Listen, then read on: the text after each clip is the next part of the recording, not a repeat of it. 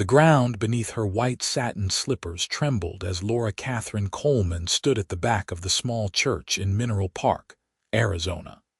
Her gloved hand resting on her father's arm while the organ played a melody that seemed to fight against the howling wind outside. It was May 15th, 1884, and what should have been the happiest day of her 20-year-old life had started with ominous dark clouds rolling across the desert sky like God himself was warning her not to marry Gerald Thornton. She had ignored the signs all morning. The way the horses had stamped nervously in their stalls when she passed the barn. How the chickens had refused to leave their coop despite her mother scattering their feed. Even the old Apache woman who sold herbs in the town square had looked at the sky and shaken her head, muttering words in her native tongue that Laura's housekeeper Maria had translated with wide, fearful eyes. Storm coming. Bad storm. But Gerald's family had come all the way from Prescott for this wedding. The guests filled every pew. The cake sat in the church hall, 3 tiers of vanilla sponge with buttercream roses that had taken Mrs. Henderson 2 full days to decorate. Laura's mother had spent months sewing the ivory dress that now rustled around Laura's ankles. Seed pearls painstakingly stitched along the bodice until they caught the lamplight like tiny stars. Everything was perfect. Everything except the groom's face. Gerald stood at the altar, 28 years old with slicked back hair, and a suit his father had paid a tailor in San Francisco to make. He was handsome in a severe sort of way, with sharp cheekbones and calculating eyes that reminded Laura of a banker evaluating collateral. Which made sense, she supposed, since that was essentially what Gerald was doing. The Thornton family needed the Coleman copper mine, and her father needed the Thornton railroad connections. Love had very little to do with this arrangement, though Laura had tried to convince herself that affection might grow with time. The wind shrieked louder, and the church windows rattled in their frames. Several guests shifted nervously in their seats. Reverend Walsh clutched his Bible tighter, his eyes darting toward the door. "We should wait," Laura's father whispered, his weathered face creased with concern. Thomas Coleman had spent 40 years reading the Arizona desert, and she could see the worry etched in every line around his eyes. "Laura, this does not feel right." "Everything's already prepared, Papa," she whispered back, though her stomach had twisted itself into knots. "We cannot send everyone home now." The organ music swelled, and her father squeezed her arm before starting the slow walk down the aisle. Laura forced herself to smile at the guests who turned to watch her approach. Mrs. Henderson dabbed at her eyes with a handkerchief. The mayor nodded approvingly.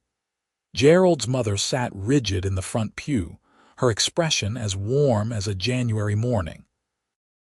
They were halfway down the aisle when the first hailstone hit the roof. Then another.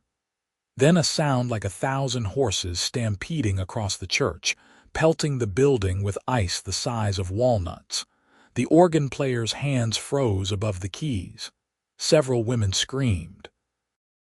The windows on the south side exploded inward in a shower of glass, and the wind that poured through carried with it a roar that Laura had never heard before but somehow recognized in the most primitive part of her brain. "Tornado." "The cellar," someone shouted. "Everyone to the storm cellar." Chaos erupted. The neat rows of guests became a stampede toward the door that led to the church basement. Laura's father grabbed her waist and pulled her into the crush of bodies, her carefully arranged veil tearing free and flying away like a ghost. She caught one glimpse of Gerald fighting his way toward the side exit, his mother's hand clamped on his arm as they shoved past an elderly couple. The church groaned like a dying animal. Laura looked up and saw the massive wooden beam that supported the western wall beginning to crack. Time seemed to slow as she watched splinters appear along its length, spreading like fingers reaching toward catastrophe. "Move!" The voice was deep and urgent, and before Laura could process what was happening, strong arms wrapped around her waist and lifted her clean off her feet. Her rescuer hauled her toward the basement door with a speed that suggested he knew exactly how little time they had. Her father shouted something behind them, but the wind devoured his words. They hit the stairs just as the beam gave way. The terrible sound of the church collapsing filled the world, drowning out the screams, the wind, even Laura's own thundering heartbeat. She was falling, tumbling down stone steps in a tangle of white satin and strong arms that somehow kept her head from cracking against the wall. They landed in a heap at the bottom, and the man who had grabbed her immediately covered her body with his own as debris rained down from above. Then darkness. The door at the top of the stairs must have been blocked by fallen timber, because only the faintest gray light filtered through the cracks. Laura could hear crying, praying, the continued roar of the storm overhead. Her ears rang from the impact. Her left elbow throbbed where she had struck something on the way down. Slowly, carefully, the weight lifted off her back. "Are you hurt, miss?" the same deep voice asked. Laura pushed herself up to her knees, her hands shaking as they explored her arms, her ribs, checking for injury. Everything seemed intact, though her dress was torn and dirty. The careful hairstyle her mother had pinned was now falling in tangled waves around her shoulders. "I think I am unharmed," she managed to say, though her voice sounded strange and distant in her own ears. "Thank you. You saved my life. Just doing what needed doing." She heard him moving in the darkness, and then the scratch of a match being struck. Warm light bloomed from a lantern someone had hung in the cellar, and for the first time, Laura saw the man who had carried her to safety. He was tall, well over 6 feet, with broad shoulders that strained against a dark blue shirt. His hair was black as coal, a little too long, curling just above his collar. He had removed his hat during the rescue, and it lay crushed near the bottom of the stairs. But it was his face that made Laura's breath catch. Strong jaw shadowed with stubble, high cheekbones, and eyes the color of whiskey in sunlight. He looked like he was about 26 or 27, with the weathered skin of someone who spent his days under the desert sun. There was a kindness in his expression that seemed at odds with the hardness of his features, and a smear of blood on his temple where something had struck him. "You are bleeding," Laura said, reaching up without thinking to touch the wound. He flinched slightly but did not pull away. "It is nothing," he said, but his voice had gone softer. "You sure you are all right? That was quite a tumble. Thanks to you, I am intact." She realized she still had her hand on his face and quickly withdrew it, heat rushing to her cheeks despite the circumstances. "I do not even know your name." "Pierce Mallory." He offered his hand to help her stand, and she took it, surprised by the calluses on his palm and the gentle way he steadied her despite his obvious strength. "I work for your father at the mine. Been meaning to introduce myself proper-like, but I only started 2 months back." Laura brushed uselessly at her ruined dress. "Laura Coleman. Though I suppose you already knew that, given the whole wedding situation." Pierce's eyes darkened, and he glanced around the cellar. "Is your husband down here? I lost track in the chaos." "He is not my husband." The words came out sharper than she intended. "We never made it through the ceremony." The cellar was packed with survivors, maybe 30 or 40 people huddled in the small space meant for storing preserves and emergency supplies.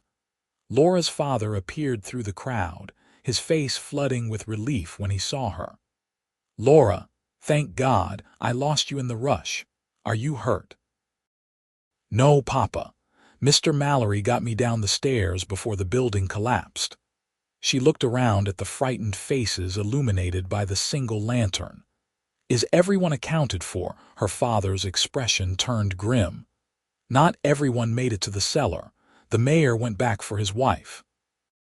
I saw the Hendersons trying to help old Mr. Fletcher, and Gerald and his mother went out the side door. Ice flooded Laura's veins. They are still out there, in the tornado. They might have made it to one of the other cellars, Pierce said, though his tone suggested he did not quite believe it. Lots of buildings in town have storm shelters. If they were smart, they took cover. If they were smart. Laura thought about Gerald's panicked face, his mother dragging him toward the exit. She should feel terror at the thought of her almost husband being caught in the storm.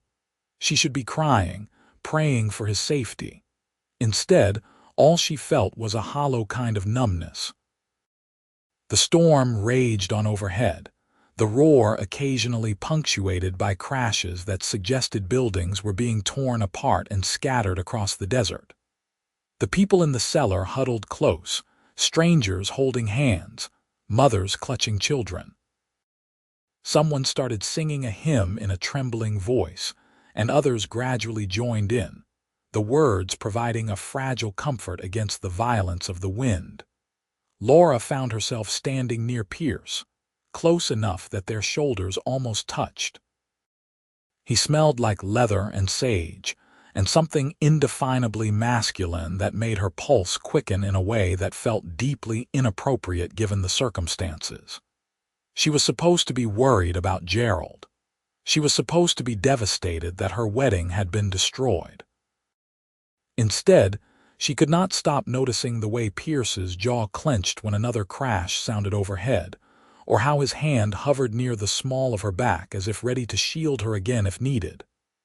"How long do these storms usually last?" someone asked. "Hard to say," Pierce answered. "Could be minutes, could be an hour. We will know when the wind stops." Minutes stretched into what felt like hours. The hymn singing faded into exhausted silence. Children whimpered. Men tried to comfort their wives with empty reassurances. Laura's father moved through the crowd, checking on the injured, offering water from the emergency barrel stored in the corner. Pierce never moved from Laura's side. She was acutely aware of his presence, the steady calm he projected even as the world tried to tear itself apart above them. When her knees started to shake from standing too long in the ruined wedding dress, he quietly guided her to sit on an overturned crate. When she shivered in the cool basement air, he shrugged out of his jacket and draped it over her shoulders without a word. The jacket was warm from his body heat and smelled like him. Laura pulled it tighter around herself and tried not to think about how different this was from anything Gerald had ever done for her. Gerald had given her expensive gifts, sure. A cameo brooch, a book of poetry imported from Boston. But he had never given her his jacket when she was cold, had never looked at her with the kind of quiet concern she saw in Pierce's amber eyes. "Tell me something," she said quietly, needing to distract herself from the direction of her thoughts. "Why did you come to Mineral Park?" Most men head to the bigger towns. Tombstone, Tucson. Pierce settled onto the ground beside her crate, long legs stretched out in front of him. "Wanted something quieter, I guess. I had my fill of excitement in Texas. Did some cowboy work down there driving cattle up from the border. Saw men killed over card games and honor and pure stupidity. Started thinking there had to be a better way to make a living. So you came to work in a copper mine." Laura smiled despite herself.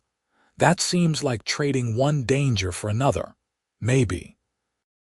But at least the mountain is not going to shoot me in the back over a disputed poker hand." He glanced up at her, and the corner of his mouth quirked. "Besides, I heard the owner was a fair man, that he paid decent wages and did not work his men to death." That was rare enough to be worth investigating. Warmth spread through Laura's chest at the praise of her father. "He is a good man, the best I know. Seems like his daughter takes after him." Pierce's voice was soft. "You have not cried once, even though your wedding day got destroyed." You have not complained or fallen apart. You helped settle some of the scared kids while I was checking the stairs. That takes strength." Laura looked down at her dirt-stained hands. "I am not sure it is strength. Maybe I am just numb. Maybe it will hit me later. Or maybe you are stronger than you know." Pierce stood abruptly, his head cocked toward the ceiling. "Listen." Laura held her breath. It took her a moment to realize what was different. The roar had faded. The howling wind had dropped to a more normal sound. The crashes had stopped. "Is it over?" Her father called out. Pierce moved to the stairs and carefully climbed up, testing each step before putting his full weight on it. He reached the blocked door and pushed. Nothing happened. He braced his shoulder against it and shoved harder. A grinding sound echoed through the cellar as debris shifted. Light poured through a crack, and then Pierce was shoving again, harder, until the door swung open enough for him to squeeze through silence from above. Then Pierce's voice, oddly flat. "You all better come see this." One by one, the survivors climbed out of the cellar. Laura went last, hampered by her heavy skirts and borrowed jacket. When she finally emerged into the light, she froze. The church was gone. Simply gone. Where the white-painted building had stood an hour ago, there was now just a pile of shattered timber and scattered belongings. The pews had been torn apart. The organ was lying on its side 50 feet away, keys scattered like broken teeth. And beyond the church, the devastation stretched through town. Roofs had been ripped off houses. The general store's entire front wall was missing. A wagon was impaled in the side of the blacksmith shop. "Dear God," someone whispered. Laura's eyes scanned the destruction, looking for movement, for survivors. A figure was climbing out of the cellar beneath the hotel across the street. Another emerged from the destroyed barber shop. People were alive. That was something. But then her gaze fell on something white caught in the branches of the one tree still standing. Her veil. The delicate lace was torn and muddy, fluttering like a surrender flag. Her father appeared beside her, his face grave. "We need to start searching for survivors. Anyone who can walk. Start checking buildings. Careful of unstable walls." The next hours passed in a blur of activity. Pierce seemed to be everywhere at once, using his strength to lift timber off trapped victims, climbing into damaged structures that others were too afraid to enter. Laura worked alongside the other women, tending to injuries, distributing water, comforting the traumatized. She found Mrs. Henderson alive but bruised, her husband holding her hand with tears streaming down his weathered face. The mayor had a broken arm but was otherwise intact. Old Mr. Fletcher had not made it. There was no sign of Gerald or his mother. As the sun began to sink toward the western horizon, painting the devastated town in shades of orange and red, search parties headed out into the desert. Laura wanted to go with them, but her father insisted she stay behind. "You have been through enough today," he said gently. "Let the men handle the search." She wanted to argue, to insist that she could help, but exhaustion was catching up with her, and her body felt like it was made of lead. Pierce appeared at her elbow, his face streaked with dirt and sweat. "Come on," he said quietly. "Your house is still standing. Let us get you somewhere you can rest." The Coleman house sat on the edge of town, and by some miracle it had been spared the worst of the tornado's fury. A few broken windows, some missing roof tiles, but the structure was intact. Laura's mother met them at the door, her face crumbling with relief when she saw her daughter alive. They embraced, both women shaking with the release of fear they had been holding at bay. "Your dress," her mother whispered, touching the torn satin with trembling fingers. "All that work." "It does not matter, Mama, we are alive. That is what matters." Pierce stood awkwardly in the doorway, clearly uncertain whether he should stay or go. Laura's father clapped him on the shoulder. "You will stay for dinner, son. I insist. You saved my daughter's life today. The least we can do is feed you." Over a simple meal of bread, cheese, and preserved vegetables, they talked about the damage, the injuries, the missing people. Gerald's name hung unspoken in the air until finally, Laura's mother said what everyone was thinking. "They will find him, dear. I am sure he took shelter somewhere." Laura nodded, but she caught the look that passed between her father and Pierce. It was not a hopeful look. After dinner, Pierce excused himself to return to the search efforts.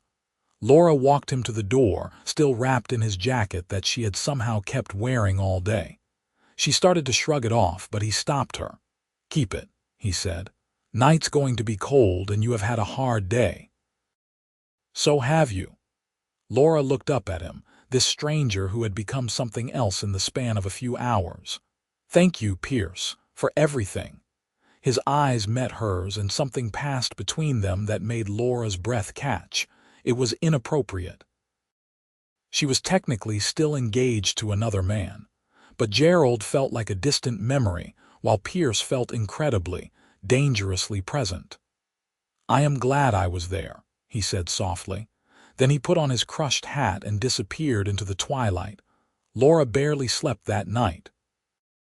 She lay in her childhood bed, still wearing the ruined wedding dress because she lacked the energy to undress, and listened to the sounds of the search parties calling to each other in the darkness. Sometime around midnight, she heard hoofbeats and voices at the door. She climbed out of bed and crept to the top of the stairs, listening to the low conversation below. Found them about 2 miles east, an unfamiliar voice was saying.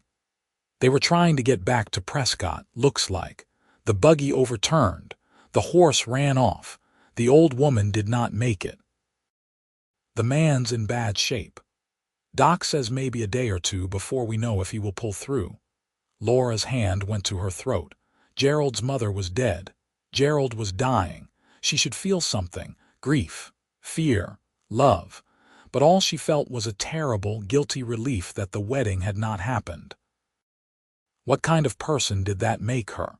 She crept back to bed and pulled Pierce's jacket tighter around her shoulders, breathing in the scent of sage and leather, and finally fell into an uneasy sleep. The next days were a whirlwind of funerals, rebuilding efforts, and difficult conversations. Gerald survived his injuries, but the man who eventually left for Prescott was bitter and angry, blaming Laura for the disaster as if she had somehow summoned the tornado to escape their marriage. His father came to collect him and coldly informed Thomas Coleman that all business arrangements between their families were terminated. Laura watched them go with relief rather than regret. Pierce was everywhere during the rebuilding. He organized crews to clear debris, helped raise frames for new buildings, and spent his evenings constructing coffins for those who had not survived. Laura found herself watching for him, her heart lifting whenever she caught sight of his tall frame or heard his voice directing workers. They spoke when they could, brief conversations stolen between tasks. She learned that he was from a small town outside San Antonio, that his parents had died of fever when he was 19, that he had a sister married to a rancher in New Mexico.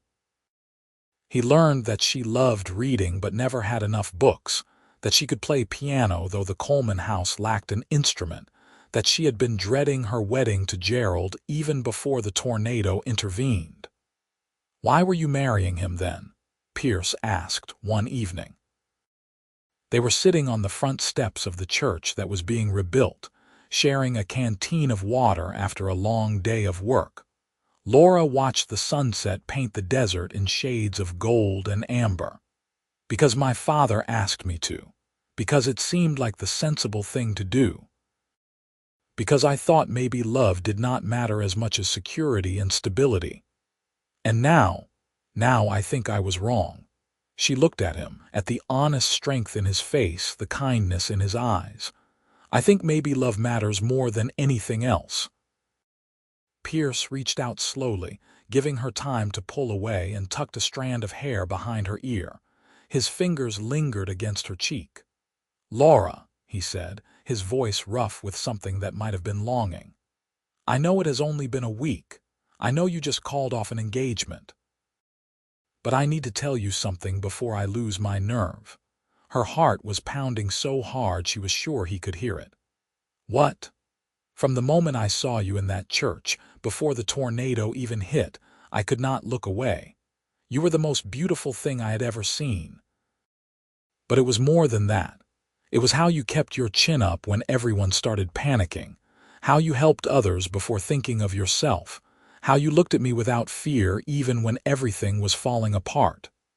He paused, his thumb brushing against her cheekbone. "I am falling in love with you. I know it is too soon. I know I should not be saying this. But after nearly dying in that storm, I figured life is too short for not speaking the truth." Laura felt tears pricking her eyes, but they were not sad tears. "It is not too soon," she whispered. "I have been feeling the same thing. Every time I see you, every time we talk, it is like you understand me in a way Gerald never did, in a way no one else ever has." "So what do we do about it?" Pierce asked, his forehead almost touching hers now. "We take it slow," Laura said, even as she leaned closer. "We court properly. We see if this feeling lasts beyond the crisis. And if it does, then maybe we finish what the tornado interrupted." Pierce smiled, and it transformed his whole face, turning the hard cowboy into something softer and infinitely more dangerous to her heart. "Are you proposing to me, Miss Coleman?" "I am suggesting a possibility, Mr. Mallory." Laura closed the distance between them, pressing her lips to his in a kiss that was gentle and tentative and perfect.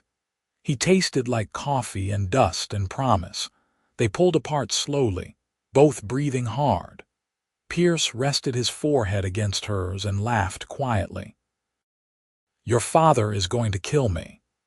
"My father likes you," Laura assured him. "He has been singing your praises all week. I think he would be relieved if I ended up with someone like you instead of someone like Gerald. Someone like me, meaning broke and uneducated." Pierce's tone was light, but Laura heard the genuine worry underneath. "Someone like you meaning brave and kind and honest." She took his hand, lacing her fingers through his. "Someone who saves people instead of abandoning them. Someone who works hard and treats others with respect. That matters more than money or fancy education." Pierce squeezed her hand. "I will make something of myself," he promised. "I will work hard, save money. I will build us a good life." "We will build it together," Laura corrected. She looked out at the town slowly rising from its ruins, at the people who had survived and chosen to stay and rebuild. Just like everyone else here, one day at a time, one nail at a time. True to their word, they courted properly over the following months. Pierce would call on Sunday afternoons, sitting in the Coleman parlor while Laura's mother chaperoned and pretended not to listen to their conversations. They took walks through town as the buildings were reconstructed, the church slowly taking shape again with its new white walls and stronger foundations. He brought her wildflowers from the desert. She made him cookies that were slightly burned but that he ate anyway, insisting they were delicious. Thomas Coleman watched the developing romance with approval, eventually taking Pierce aside for a serious conversation about intentions and prospects. Whatever Pierce said must have satisfied him, because afterward, her father started teaching him the business side of the mining operation, gradually preparing him for a management position. 6 months after the tornado, on a clear November evening, Pierce asked Laura to take a walk with him. They headed out of town, following a path that led to a mesa with a view of the whole valley. The sun was setting, turning the desert into a landscape of shadows and gold. "I have been saving," Pierce said as they stood looking out over the vista. "Working double shifts when I could." Your father gave me a raise last month when he promoted me to foreman. Laura's heart started to beat faster. That is wonderful news. I talked to a man in Prescott who is selling some land, 20 acres with a good well and a spot that would be perfect for building a house. Pierce turned to face her, his eyes intense in the fading light. I know we said we would take it slow, but it has been 6 months and I am more certain now than I was that first day. I love you, Laura. I want to build that house and fill it with our life together. I want to wake up every morning knowing you are beside me. He dropped to one knee, and Laura's hands flew to her mouth. I do not have a fancy ring, Pierce said, pulling a simple gold band from his pocket. I had to choose between the ring and the land, and I thought you would rather have the land, but I promise I will get you something better when I can. I do not care about fancy rings, Laura said, tears streaming down her face. I care about you. Then will you marry me? Will you be my wife?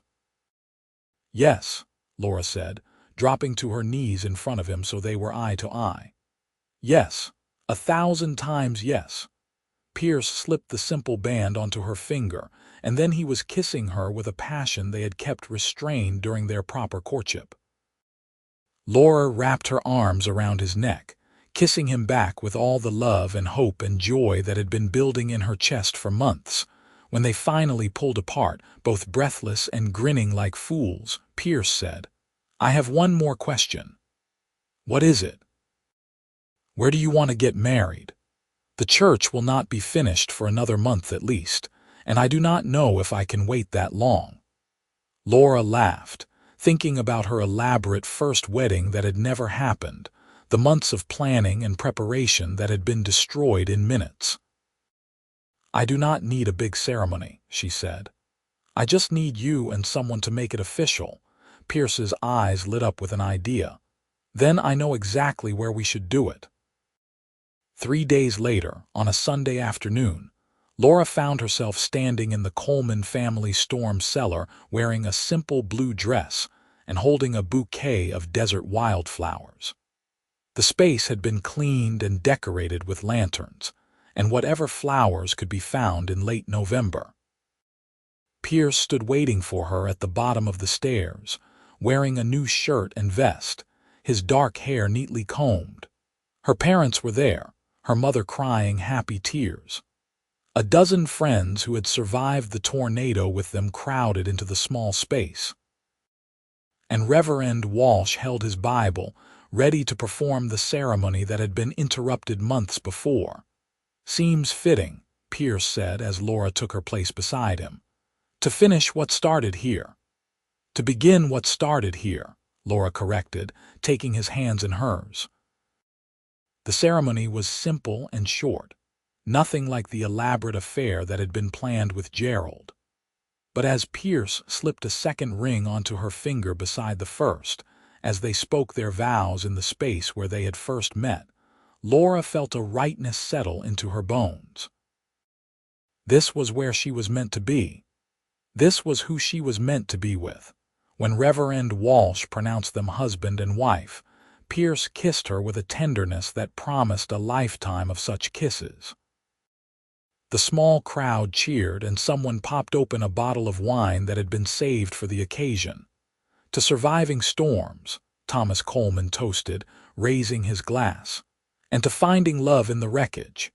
To new beginnings, Laura added, leaning into her husband's side. They celebrated in the storm cellar for an hour before emerging into the fading daylight.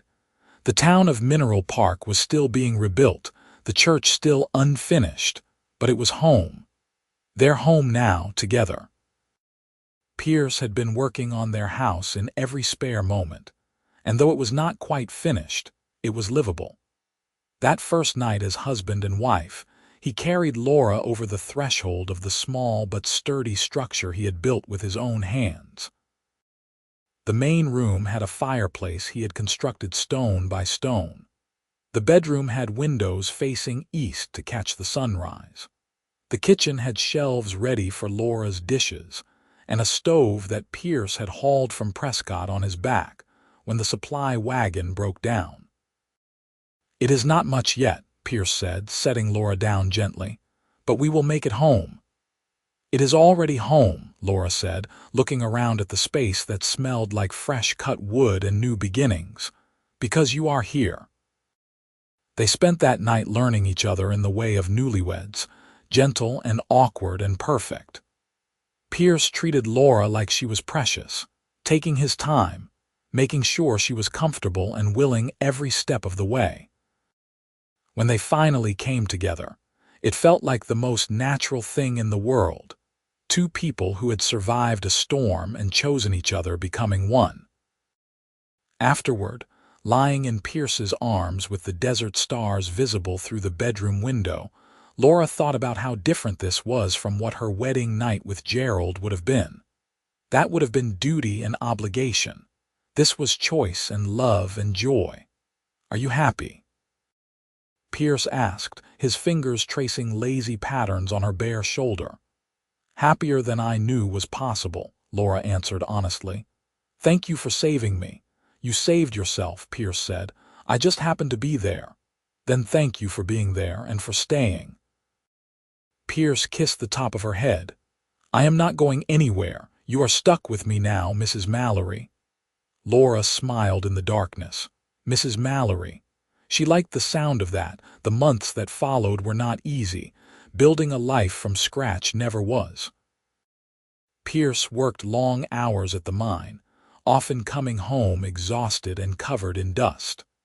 Laura took in sewing to help with expenses, her nimble fingers earning them extra money while she turned their house into a home. They could not afford luxuries, but they had what mattered: a roof over their heads, food on the table, and each other. The town continued to rebuild. By spring of 1885, the church was finished and rededicated in a ceremony that the whole town attended. Laura sat beside Pierce in a new pew, remembering how different things had been a year ago.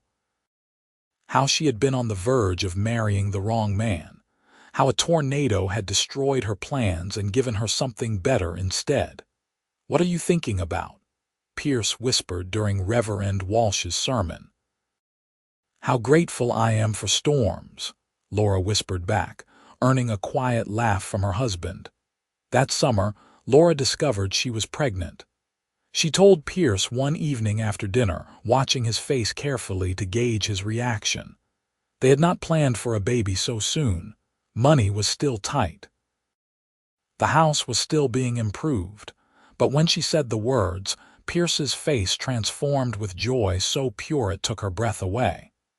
"A baby," he repeated, as if he needed to hear it again to believe it. "We are going to have a baby." "In February, the doctor thinks," Laura said, her hand resting on her still flat stomach. "Are you happy?" Pierce crossed the room in 2 strides and lifted her off her feet, spinning her around before setting her down gently as if suddenly remembering she was carrying precious cargo. "Happy." "Laura, I am terrified and thrilled and absolutely over the moon. We are going to be parents." They told her parents that Sunday, and Laura's mother immediately started planning, talking about baby clothes and cradles and all the things the child would need. Thomas Coleman pulled Pierce aside again, and this time when they emerged from their private conversation, Pierce looked dazed but pleased. "Your father is giving me a partnership," Pierce told Laura that night as they lay in bed, his hand resting on her belly as if he could already feel the baby growing inside. "A small percentage of the mine. He says he wants to make sure his grandchild is provided for." Laura felt tears prick her eyes. Her father had never approved of Gerald, she realized now. He had gone along with that engagement because it seemed practical, but he had never looked happy about it. With Pierce, he was happy. He saw what Laura saw: a good man who would work hard and love his family fiercely. "We are going to be all right," Pierce said, more to himself than to her. "I am going to make sure you and this baby have everything you need." "We already have everything we need," Laura said, taking his hand. "We have you." The pregnancy was not easy. Laura suffered from morning sickness that lasted all day for the first 3 months. Then came the exhaustion, the swollen ankles, the backaches. But Pierce was patient and attentive, helping with household chores without being asked, rubbing her feet in the evenings, reading to her when she was too tired to do anything but lie on the sofa. By the time winter arrived, Laura was enormous and uncomfortable and desperate to meet their child. Pierce had built a beautiful cradle from cherry wood, sanding it until it was smooth as silk. Laura's mother had sewn tiny clothes and receiving blankets. The spare room in their house had been transformed into a nursery with a rocking chair Pierce had bought from a carpenter in Prescott. "What if I am not good at this?" Pierce asked one night as they prepared for bed. Laura was so big now that climbing the stairs was an ordeal. "What if I do not know how to be a father?" "Then you will learn," Laura said, lowering herself carefully onto the bed. "Just like I will learn to be a mother. We will figure it out together." "Together," Pierce repeated, helping her find a comfortable position. "I like the sound of that." On February 14, 1886, their son was born after 18 hours of labor that left Laura exhausted but triumphant. Pierce had been sent out of the room during the actual birth, a tradition Laura's mother insisted on despite his protests. But the moment the doctor allowed him back in, he was there, dropping to his knees beside the bed where Laura held their tiny, red-faced baby. "A boy," Laura said, her voice hoarse from hours of effort. "We have a son." Pierce reached out with a trembling hand to touch the baby's impossibly small fingers. "He is perfect," he whispered, and Laura saw tears streaming down her husband's face. "You are perfect, both of you." They named him Thomas Pierce Mallory, after both his grandfathers. Little Thomas had his father's dark hair and his mother's blue eyes, and from the moment Pierce first held him, Laura knew that her husband would move heaven and earth for this child. The first months of parenthood were a blur of sleepless nights and constant worry. Thomas was a fussy baby who seemed to cry more than he slept. Laura felt overwhelmed and inadequate, sure she was doing everything wrong.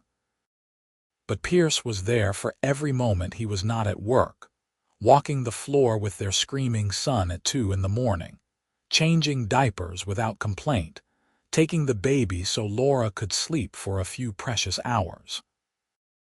"You are a natural at this," Laura told him one morning, watching him cradle their son while making silly faces to coax out a smile. "I have a good teacher," Pierce said, glancing at her with so much love in his eyes that Laura felt her heart might burst. As Thomas grew, the little house filled with laughter and life. Pierce added on to the structure, building a larger bedroom and a proper dining room. Laura's sewing business grew as more families moved to Mineral Park, drawn by the expanding mine operations. Money was still not plentiful, but they were comfortable, and more importantly, they were happy. When Thomas was 2, Laura discovered she was pregnant again. This time, the news brought less shock and more quiet joy. They knew what to expect now. They knew they could handle it. Their daughter was born in September of 1888, arriving quickly and easily compared to her brother's difficult entrance into the world. They named her Catherine Rose, after both of Laura's grandmothers. She had Pierce's amber eyes and Laura's light hair, and she was the most easygoing baby anyone had ever seen, content to sleep peacefully in her cradle while Thomas toddled around creating chaos. Pierce sat beside Laura's bed the night after Catherine was born, holding his daughter while their son slept curled against Laura's side. "I never thought I could be this happy," he said quietly. "When I left Texas, I was just drifting, looking for work and trying to survive. I did not have any real plans or dreams, and then a tornado happened, and suddenly I had everything I did not know I wanted." Laura reached over to take his free hand. "The tornado was not what gave you everything. You gave yourself everything by being brave enough to grab me on those stairs. By being kind and strong and good. The tornado was just the beginning. Best storm I ever lived through, Pierce said with a smile. The years rolled on, marked by birthdays and holidays and the ordinary miracles of family life. Thomas grew into a serious, thoughtful boy who loved helping his grandfather at the mine. Catherine was sunshine personified, always laughing, always finding joy in the smallest things. Pierce's partnership in the mine continued to grow as Thomas Coleman gradually handed over more responsibility, preparing for eventual retirement. In 1892, when Thomas was 6 and Catherine was 4, a third baby arrived. Another boy, healthy and loud, with Pierce's features and Laura's stubborn chin. They named him Daniel James, and he completed their family in a way Laura had not realized was incomplete. The house expanded again to accommodate their growing family. Pierce had become skilled at carpentry over the years, and the modest house they had started with had transformed into a sprawling, comfortable home with a porch that wrapped around the front, and a garden where Laura grew vegetables and flowers. Thomas Coleman deeded them 10 more acres of land, bringing their property to 30 acres total. They had cattle now, and horses, and a life that felt abundant even though they still worked hard for everything they had. On their 10th wedding anniversary, Pierce took Laura back to the mesa where he had proposed. They left the children with her parents and rode out at sunset, retracing the path they had walked a decade earlier. "I have been thinking," Pierce said as they stood looking out over the valley, "about that fancy ring I promised you. I have some money saved now. We could go to Prescott, find you something with diamonds." Laura looked down at the simple gold band that still circled her finger, now joined by a matching wedding band. The metal was worn from a decade of wear, scratched and dented from years of housework and child rearing. "I do not want a different ring," she said. "This ring represents the promise you made when you had nothing but hope and determination. It represents the life we built together. I would not trade it for all the diamonds in Arizona." Pierce pulled her close, his arms wrapping around her waist from behind as they looked out over their adopted home. "How did I get so lucky?" "It was not luck," Laura said, leaning back against his chest. "It was a tornado." He laughed, the sound rumbling through his chest into her back. "Maybe we should name our next child Tornado." "We are not having another child," Laura said firmly, though she was smiling. 3 is plenty. You said that after Catherine was born. This time I mean it." Pierce turned her in his arms so they were facing each other, his expression suddenly serious. "Laura, I need you to know something. These 10 years with you have been the best of my life. You made me better than I was. You gave me a reason to work hard, to dream bigger. Everything good in my life traces back to you." "You give yourself too little credit," Laura said, reaching up to cup his face. "You were always a good man. I just happened to be there to see it." "You saved me that day," Pierce insisted. "Maybe not physically like I saved you. But you saved me from a life of drifting and loneliness. You gave me purpose." Laura kissed him, pouring a decade of love into that kiss.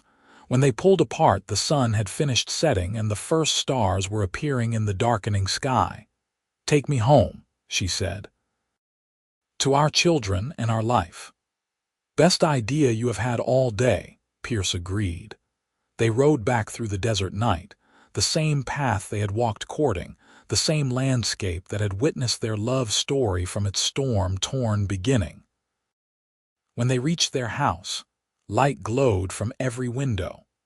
Laura's parents were visible through the kitchen window, Daniel in her mother's arms. Thomas and Catherine were supposed to be in bed but were clearly still awake, their shadows moving past the upstairs windows. "This is home," Pierce said, helping Laura down from her horse. "Everything I ever wanted. Everything we built together, Laura corrected, taking his hand as they walked toward the house. Out of wreckage and ruins and hope. The years continued to pass, each one adding new layers to their life. Thomas Coleman died peacefully in his sleep in 1895, and Pierce took over full operation of the mine.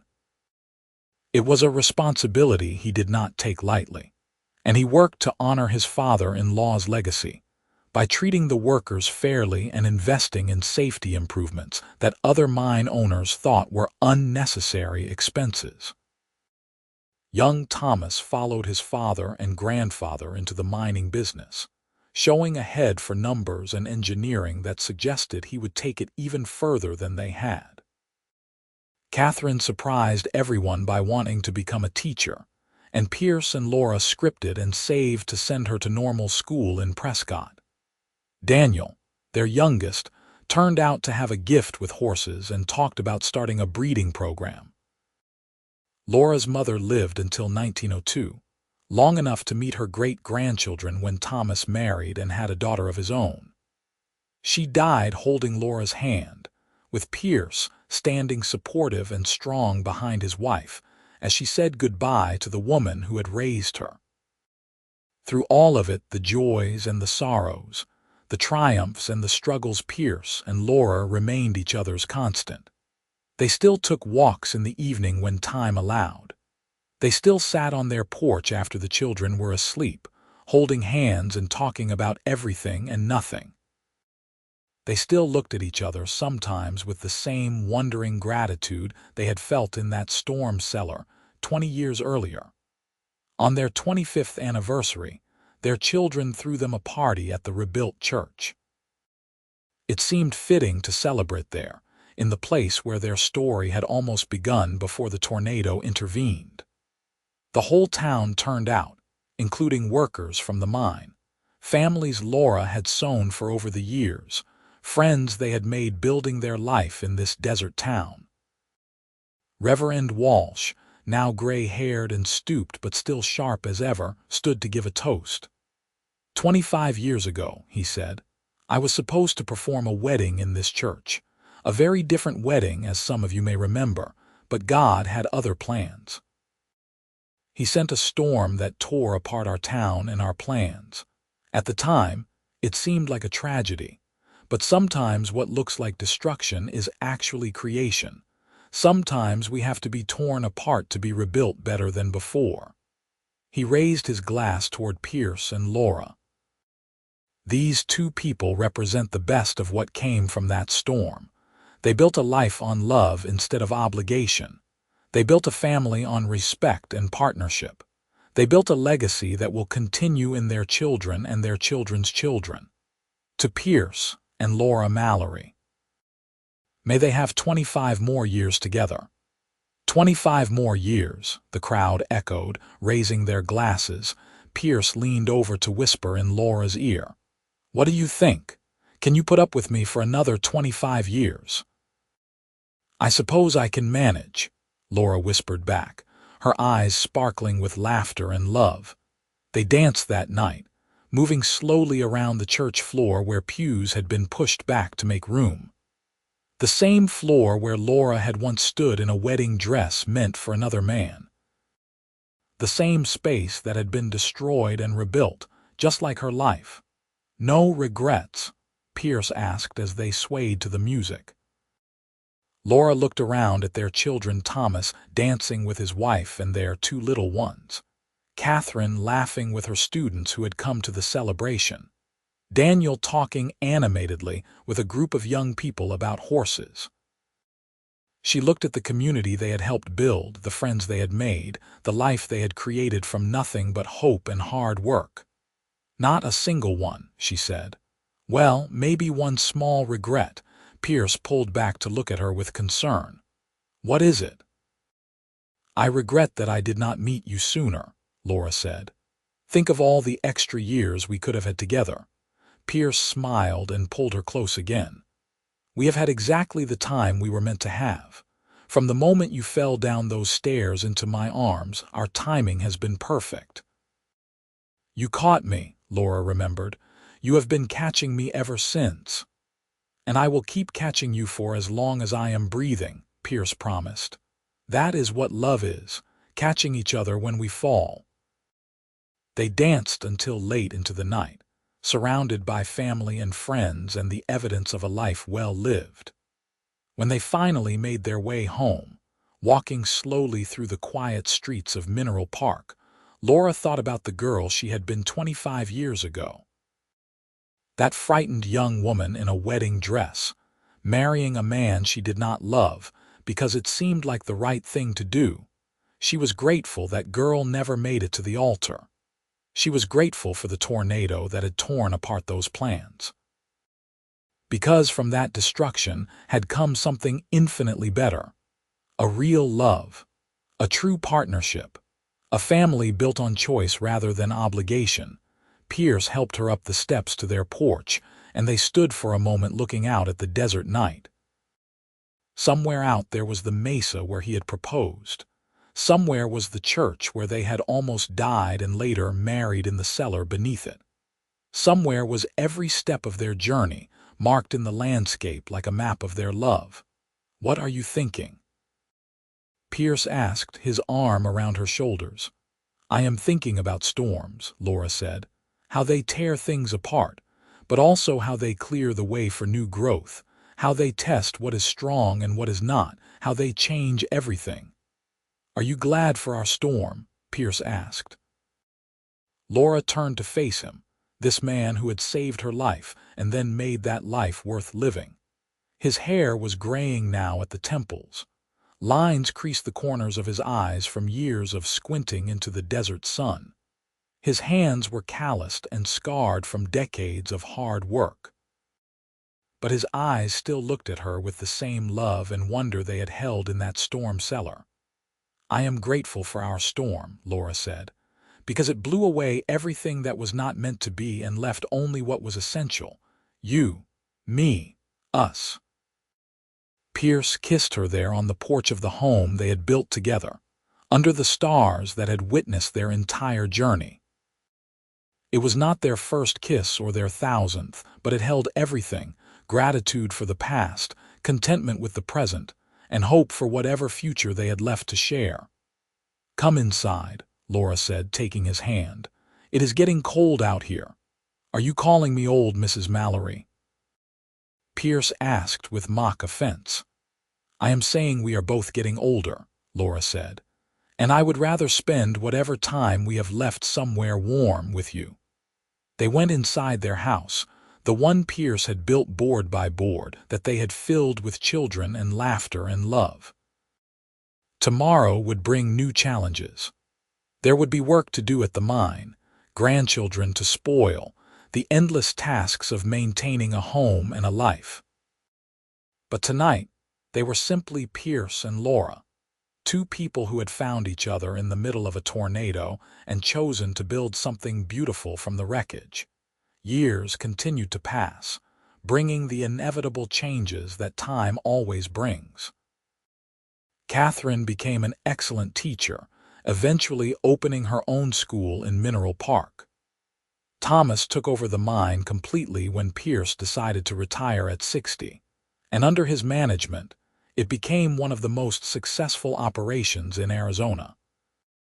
Daniel married a rancher's daughter and started that horse breeding program he had dreamed of, producing animals known throughout the territory for their quality and temperament.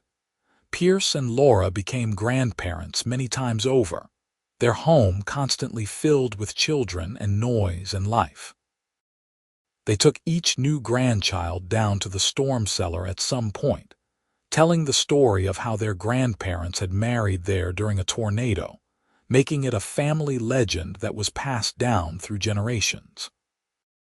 Tell us about the tornado again, Grandma, the children would beg, and Laura would smile and begin the tale. She never got tired of telling it, never tired of seeing Pierce's face as she described how he had grabbed her and carried her to safety, how they had stood together in the darkness while the world tore itself apart above them. In 1910, on their 32nd anniversary, Pierce woke Laura early to watch the sunrise from their bedroom window. He had been doing this more often lately, treasuring each dawn as if he knew there was a limit to how many he had left. "I love you," he said as the sun painted the desert in shades of pink and gold. "I need you to know that. Even after 32 years, I love you as much as I did that first day." "I know," Laura said, leaning against him, "and I love you just as much. More even, because now I know all your annoying habits and I love you anyway." Pierce laughed, but it turned into a cough that made Laura frown with concern. He had been coughing more lately, tired more easily. She had been trying to ignore it, not wanting to face what it might mean. "I am fine," Pierce said, seeing her expression, "just getting old." "We are both getting old," Laura agreed, "but we are doing it together." "Together," Pierce repeated, pulling her close. "That is all I ever wanted, to have you beside me, whatever comes." They had 7 more good years together. 7 years of watching their grandchildren grow, of seeing their children become pillars of the community, of enjoying the fruits of a life of hard work and love. Pierce's cough worsened, and eventually, the doctor confirmed what they had both been fearing. Miner's lung, from too many years breathing in copper dust despite all the safety precautions he had implemented. "How long?" Pierce asked the doctor. "Hard to say. Months, maybe a year if you are lucky." Pierce took the news stoically, but Laura saw the fear in his eyes when he thought she was not looking. Not fear of death, she suspected, but fear of leaving her behind. "I am not ready," he told her one night as they lay in bed. "I am not ready to leave you." "Then do not," Laura said fiercely, even though she knew it was not that simple. "Stay with me, fight this." "I will fight," Pierce promised. "For you I will fight as hard as I can," and he did fight. He fought through the pain, through the difficult breathing, through the gradual weakening of his body. But some battles cannot be won through will alone. In the spring of 1917, as the world outside raged with war and change, Pierce Mallory died peacefully in his sleep with his wife's hand held tight in his. Laura was 73 years old, and for the first time in 35 years, she was alone. Their children tried to comfort her, offering to have her come live with them, but she refused. This house was her home. Every board Pierce had nailed, every room they had filled with love. She could not leave it, but neither could she stay without doing something to honor his memory. After the funeral, after the crowds of mourners had departed and the casseroles had all been eaten, Laura went down to the storm cellar. It looked different now, modernized and organized, nothing like the chaotic space where they had sheltered from the tornado so many decades ago. She sat on the bottom step and let herself cry for the first time since Pierce had died. She cried for the years they would not have together, for the grandchildren he would not see grow up, for the empty space beside her in bed, at the dinner table, on the porch in the evenings. But most of all, she cried in gratitude. Gratitude that the tornado had come when it did, destroying a wedding that would have been a terrible mistake. Gratitude that Pierce had been there to catch her when she fell. Gratitude for 35 years of real love, true partnership, and genuine happiness. When the tears finally stopped, Laura climbed back up the stairs. She was not done yet. She had children and grandchildren who needed her. She had a life that Pierce would want her to continue living fully. She had memories to cherish and stories to tell. She lived another 12 years, dying peacefully at 85 with all her children and many of her grandchildren around her bed. Her last words were about Pierce, remembering the day they met in the storm, smiling as she whispered, "I am coming, my love. Wait for me." They buried her beside Pierce in the Mineral Park Cemetery, under a headstone that read, "Laura Catherine Mallory, beloved wife, mother, and grandmother." Together with her husband, she weathered every storm. Their children stood at the graveside, holding their own children's hands, telling them again the story of the tornado that had brought their grandparents together. It had become family legend by now, the tale of the wedding that was destroyed and the love that was born from disaster. Was it really love at first sight? One of the great-grandchildren asked.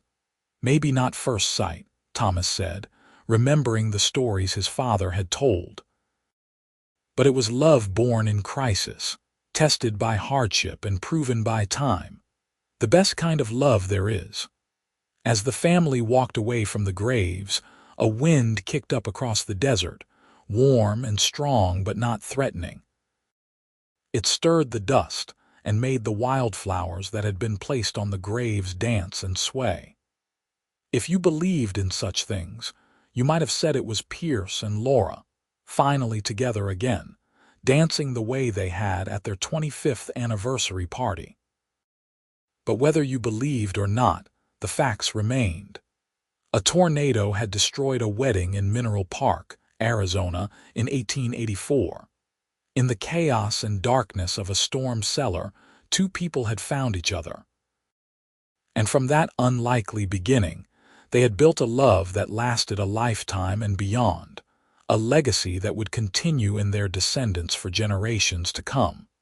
The storm had torn everything apart, but in doing so, it had made room for something infinitely better. It had cleared away the wrong path and revealed the right one.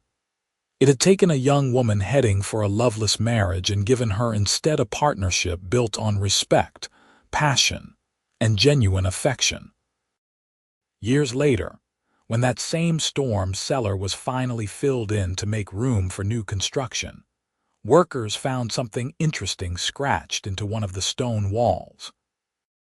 It was crude, carved hastily with what must have been a knife or a nail, but the words were still legible. Pierce and Laura, married here, November 1884.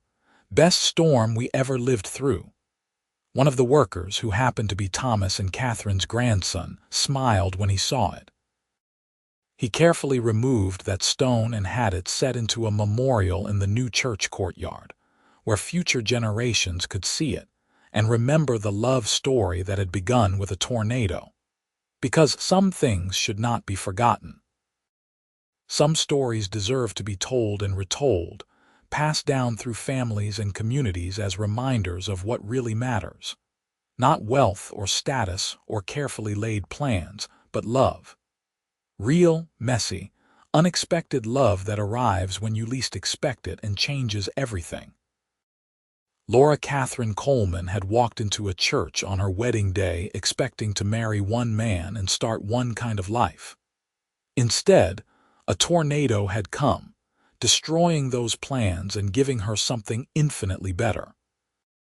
It had given her Pierce Mallory, a cowboy with nothing to offer but his strength, his honesty, and his heart. And as it turned out, that was everything she needed. The end.